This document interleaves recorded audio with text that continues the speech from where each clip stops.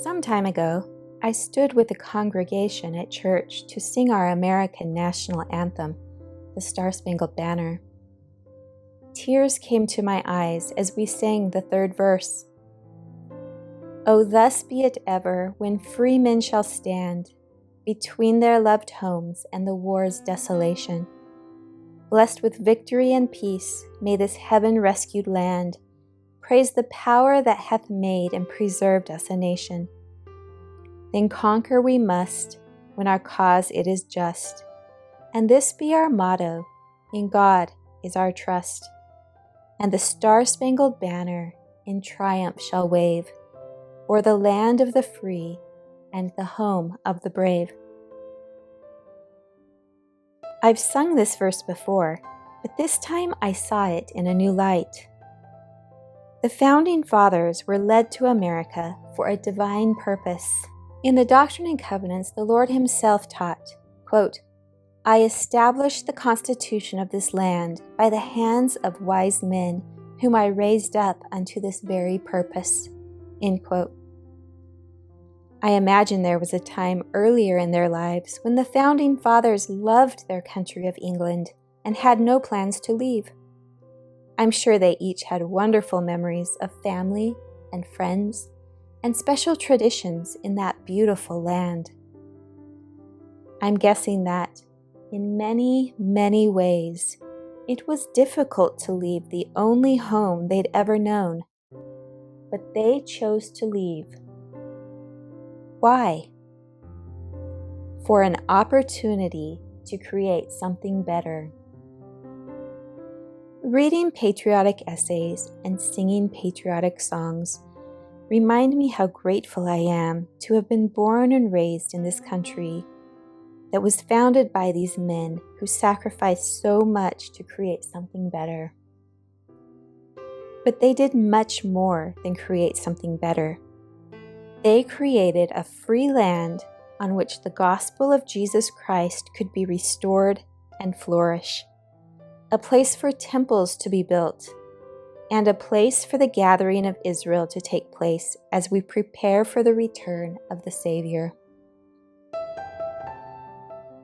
Ezra Taft Benson taught, quote, Our Father in heaven planned the coming forth of the Founding Fathers and their form of government as the necessary great prologue leading to the restoration of the gospel.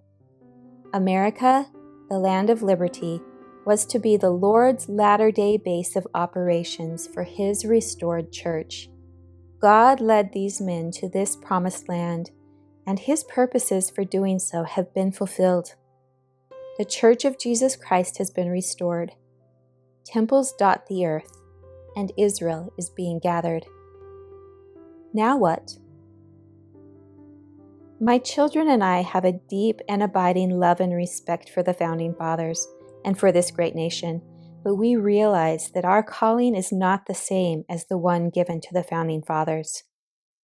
While the Founding Fathers were called upon to create and preserve this land of freedom, we, on the other hand, have been called upon to do all in our power to 1. Protect religious freedom, and in so doing, protect other freedoms. 2. Gather Israel. And 3. Prepare the world for the second coming of our Savior, Jesus Christ.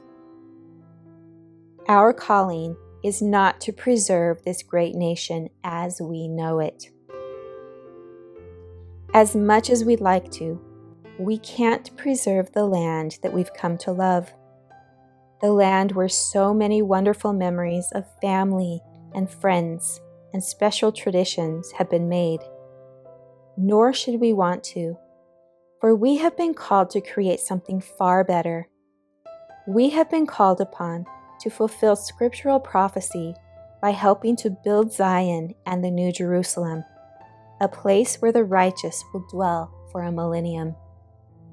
We have been called upon to build a new world, the ultimate land of liberty, and with God's help, we will succeed.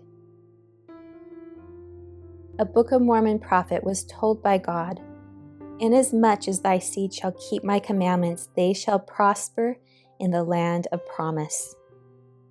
As the stanza in the song, The Star-Spangled Banner, so aptly states, this heaven-rescued land will be blessed with victory and peace.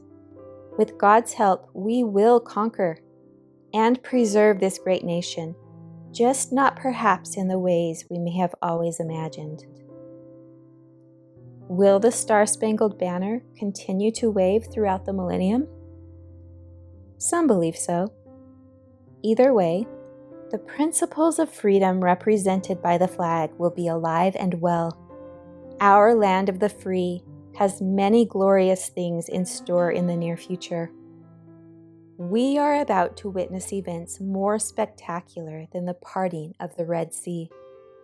We must take courage as we blaze a trail that looks different than that of the Founding Fathers in our pursuit to create a new land, a land of righteousness, a land where the Lord will dwell. Elder D. Todd Christofferson taught, quote, "The small acts of today will blossom in the not-too-distant future into great events prophesied by biblical and Book of Mormon prophecies. Our beautiful nation of America, now so full of strife and confusion, is marked by God. We can act with courage to help America once again fulfill its destiny by becoming a land of the free and the new home of the brave. Then conquer we must, when our cause it is just, and this be our motto, in God is our trust. And the Star-Spangled Banner in triumph shall wave, o'er the land of the free and the home of the brave." Check out the description for fun and creative ways to help America fulfill her God-given destiny. If you'd like to see more videos like this one, be sure to like and subscribe.